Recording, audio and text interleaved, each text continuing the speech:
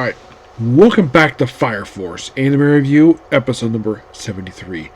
We are here reviewing the 65th episode of the series, At the Center of the Earth.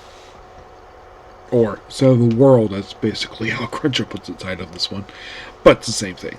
So, this episode adapts chapters 239 to 243 and the first 17 of 20 pages of chapter 244. Like, wow, I kid you not, almost 6 chapters in one episode. I'm like, that's actually not bad. No, they went through a lot here. I think because also that they don't have much time left. Because with this episode, there's sadly only 8 more episodes left to go. And I'm guessing probably next week, that it will finish adapting this arc. Which, now by the way, this episode 200 is not technically part about Altamasa, so that's from the previous arc that was after last week. And this episode covered that 230 is from the last chapter of that arc, and it started out adapting almost the first half of Battle of Altamasa, which is 11 chapters. It starts with 240, and it wraps up with 250. So they're roughly almost halfway through the arc already in just one episode. So I'm guessing next week they'll probably finish up this arc and maybe go through the battle cut, the final arc of the series, which is like 52 chapters. Which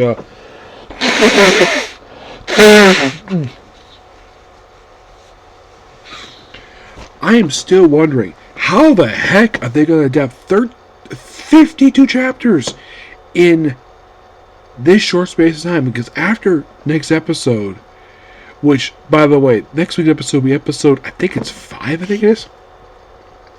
I think this is the, let me take a look here. This is the 5th episode. Next week will basically be the halfway point, well, basically episode 6. So, yeah, because episode 6, we have roughly 7 more to go. And I am like, of all people, I agree. I am asking the obvious question: how in the world is David Production going to adapt 52 chapters? Well, if you could 54, the epilogue after next week, which probably is going to adapt the rest of this arc. Because at the next episode, you have 7 left. I'm thinking, how the heck are they going to adapt 52 chapters in 7 episodes? That's a big question mark for you. So, here's basically what happened. So, we start off basically where, well, Sheeran has disappeared, Iron has disappeared, so is Sho. We do see some of the other pillars that basically decided to join them. The first pillar has disappeared, and the power is out, because apparently the first pillar powers Atamatsu.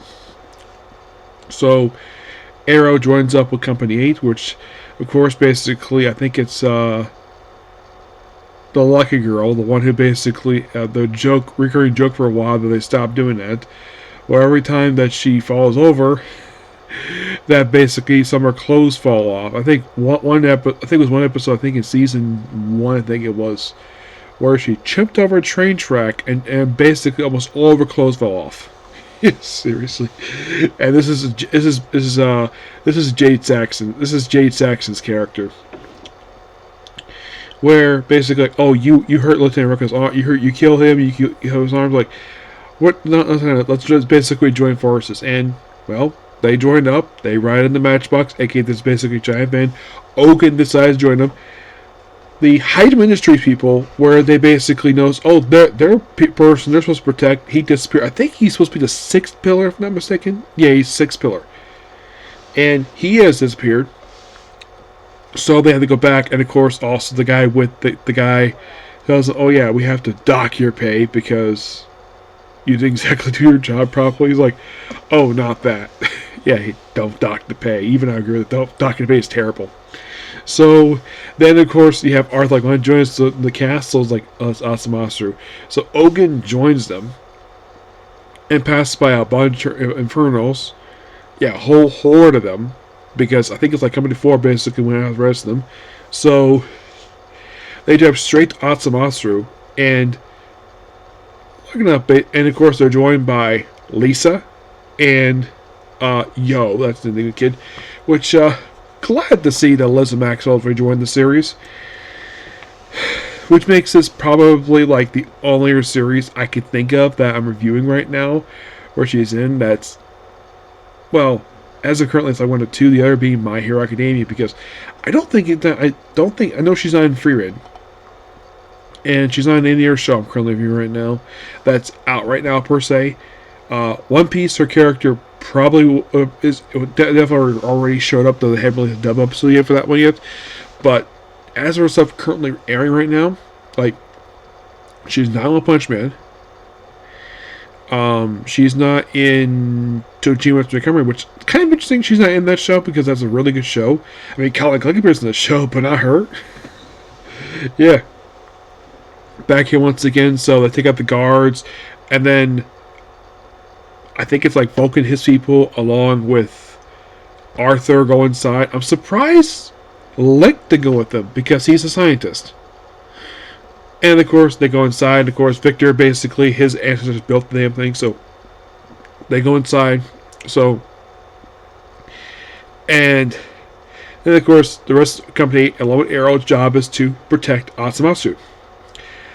So then, of course, believe it or not, Pillar 2's bodyguard shows up, and of course, also, everybody's basically destroying these Infernos while the rest. It's a big, big battle. And then, of course, it goes like, oh, you forget about me?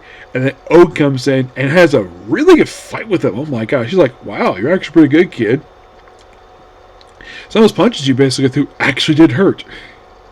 Yeah, and, like, at one point, he's basically just nearly killing this. He nearly killed Oak. And, of course, there's flashbacks. So she was in the episode, only flashbacks, mind you.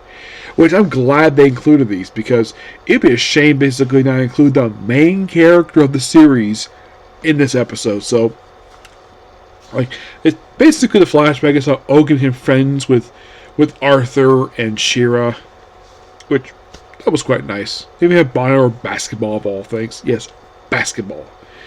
And even he mentioned, like, oh yeah, his ancestor actually ferried a bunch of people. Of course, they bring in the episode. Of course, this is actually added in, where his father, his answer is like, he doesn't care about race, creed, or whatever. He just transported people to, and of course, apparently Ruffles the First was actually on board one of those ships, and apparently they were cruise ships. I'm like, that was interesting, cruise ships. So basically, they just took cruise ships from failed,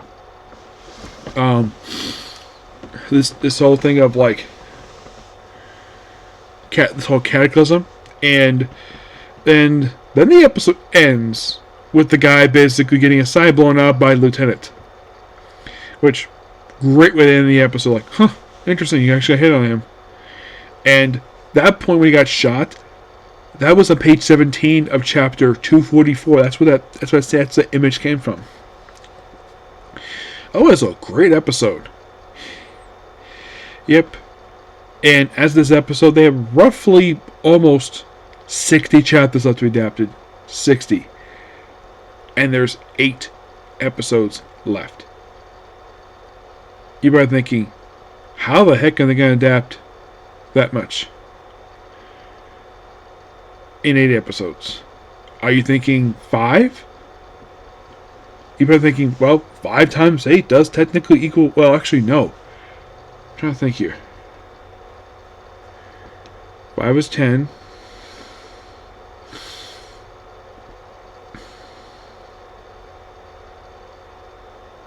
I'm trying to think here. What times 8 equals 60?